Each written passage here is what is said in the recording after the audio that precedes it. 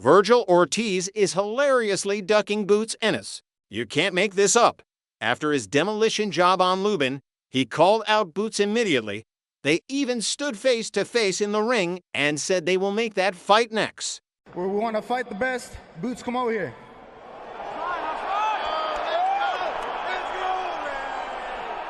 All right, so that you answered the question.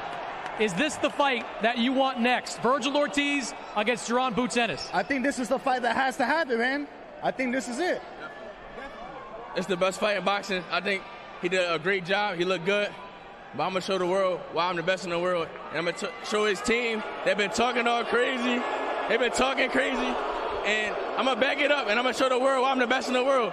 But like I said, but no one's been talking crazy, bro. Your dad is the first one that said that I was ducking. It's on video. It is on video that he said we ducked and we didn't get no offer. It don't matter. The time is now. It's that time. Let's get this money and let's make this fight happen. It does matter because you said that we're the ones talking. We're not the ones talking. Oh, we started talking after you guys started talking. It's retaliation. It's retaliation. Your manager talking all crazy. Oscar talking crazy. It's the time, and I'll make you pay for everything they saying. Straight like that. Ain't nobody's gonna pay over here. I'll make you pay. No, you're not. No, you're not. I guarantee you. And we can bet whatever. I guarantee you. I don't want to take your money away, bro. I'm not betting. You ain't gonna take nothing. Nah. You ain't gonna take nothing. I guarantee you. We can bet any amount of money. When we fight, I guarantee you, I'm gonna win. I don't bet, but don't make any promises you can't keep, bro. I'm gonna make every promise, and I'm gonna keep it straight like that. You're a great fighter. You look tremendous, but I'm gonna show the world I'm the best in the world. I got something for you. You got a yes for me? I got a yes right now. Hey Eddie, where the papers at? Hey, where the papers at, Eddie? All right, two of the biggest stars in U.S. boxing, two of the best at 154 pounds, ready to go. This had everyone hyped for this fight. But let's take a look at what Virgil said as soon as he got backstage. The fact that the eyes of 154 were here, I know Charlo was ringside, Boots was here, we saw him in the ring, Spence was here and everything. A lot of the names that have circled you in the past were here to see you in this performance. What were your thoughts on them being here, and which one of them do you want next? It doesn't matter who's next. If I had to pick, I'm gonna be honest, it would be Spence because that's my dream fight. I've been calling it since AT&T. AT&T. There you go at the Cowboys Stadium, and I just think that's my dream fight. And I don't care what anyone says about it. But anyone else, like I said, anyone can get it respectfully. I just want to fight the best. I'm just a competitive guy. Yeah. So we've gone from making the Boots fight next to calling out Errol Spence, a guy that hasn't fought in over 2 years and is coming off a career-ending loss to Terrence Crawford. But wait, there's more. Let's take a look at what his promoter Oscar has to say. Oscar, you said some things up there. You said some things up there that I think that some of the fans may get troubled by because it's like this fight is right here waiting to happen. Yeah. Let's not talk about money. But money could become an issue here, right? No, it actually can. I mean, look, this can be a great negotiation. Obviously, look, when I say it has to be favorable to Virgil, that's the obvious case. Mm-hmm. I mean, look at what he did. Look at who he is. Virgil Ortiz is the man. Having this fight in Las Vegas can be huge, but Virgil Ortiz has to be the favorite here when it comes to negotiations. And, as long as they're favorable, we'll make the fight happen.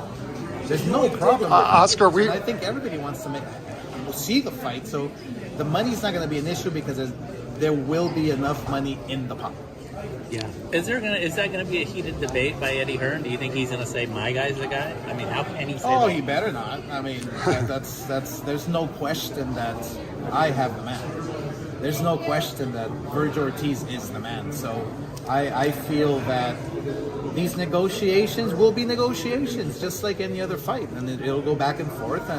But at the end of the day, Virgil Ortiz is the man. Oscar, Spence was in the arena, in the building. I don't know if you saw Errol Spence. Oh, I did see him. You did see him. We've talked about this for 5 years. We talked about it at the Arlington press conference, filling up Jerry World with him and Virgil. Imagine that. Virgil is in such a good place right now. If we don't get favorable negotiations, then we can always go to Errol Spence, or we can go to Fundura. So there's a lot of options for Virgil. I know the world wants to watch Boots Ennis versus Virgil. But let's get one thing straight here. Virgil is the man. You see that twinkle in his eye when they mention Spence. Yeah, they have no plans of making this fight happen. At least not next. Oscar is talking about favorable negotiations, which tells me everything.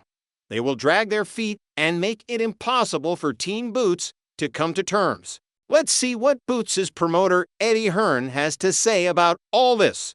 I thought it was a great performance. Virgil's a great fighter. This is not, there's nothing but respect from us, but we just know we win. And, it's not for us. Once you start hearing things like, we're the A side and we want 10 million and we want, what does Boots, it's like, what? Guys, Ortiz has never been a world champion. Great fighter. Boots has been world champion, he's been a unified champion, but neither of them are world champions now. They're just the top 2 fighters in the division. So if you truly believe that you're the best, make the fight. And it'll be really interesting to now see if they truly believe. Because the fight's there, the fight's done, the money's there, the pay-per-view's there. I mean, it's a massive fight, but you can find an excuse if you don't want to do it. So we'll see. And obviously we saw the fighters face off, and we know you want the fight, the fighters clearly want the fight. And you mentioned the $10 million mark by Rick Merigian, I believe his name is, the manager of Virgil Ortiz. Do you see it as an obstacle? I mean, is it a real obstacle? If you come out with things, look, if the fight delivers and it does really well, the fighter's going to make a load of money. They're going to make a load of money anyway. But, when are you going to hear me come out about this fight or Boots coming out saying, we want this, we're the A side? No, we just want the fight. We just need to prove that we're better than everybody else. But if Virgil wants the fight, I have no doubt. Does the father? Does Robert Garcia? Does Rick Meridian? Probably not. Does Oscar De La Hoya? Probably not. He mentioned the terms have to be right. There was a little bit of but all that there. kind of stuff, that's the terms always have to be right. Guess what? We sat in an office with Oscar De La Hoya and agreed the terms. So how are they all of a sudden not right? But listen, if there's a negotiation, there's a negotiation. But don't start with we're the bigger name, we're this. We were there on Saturday, the crowd was okay. They're both great fighters. Neither of them are world champions at the moment. They're just 1 and 2 in the division. But we have won a world title, we have been unified, and we are making considerable money with Boots Ennis. But we don't really care. We just want to be in great fights. So you're never going to hear us, the terms have to be right. We want 10 million, we're the A side. We just want to make great fights, that's all. Okay, there is a lot to unpack here. First, I understand the position Team Ortiz is taking here. When you look at both guys' resumes, Virgil clearly has the better opposition, so Oscar feels they are in a strong position. And he's right, based on that alone. However, when it comes to putting butts in seats, Boots Ennis has that rabid fan base, and he does higher live gates and brings in more revenue. So it's not as cut and dry as Oscar would have you believe. Now the level of opposition for Boots has been pretty bad through his entire career.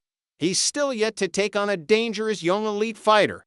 Ortiz was supposed to be that guy. But here's the thing. As a stylistic matchup, this is a terrible fight for Ortiz, and his team know it. His style is tailor-made for Boots. Boots won't be sitting on the ropes as Lubin did. He will be spinning out and taking angles on Virgil. If that fight happens, I've got Boots a massive favorite. Just way too many tools for Virgil to deal with. Boots loves a pressure fighter. That's when he does his best work. So I fully expect Oscar and the rest of the team to steer clear of Boots Ennis for as long as possible, but this is a really bad look for them, especially if they end up fighting Errol Spence instead. But how do you guys feel about this? Do you feel cheated with that face-off in the ring? Let us know in the comment section, and thank you for watching.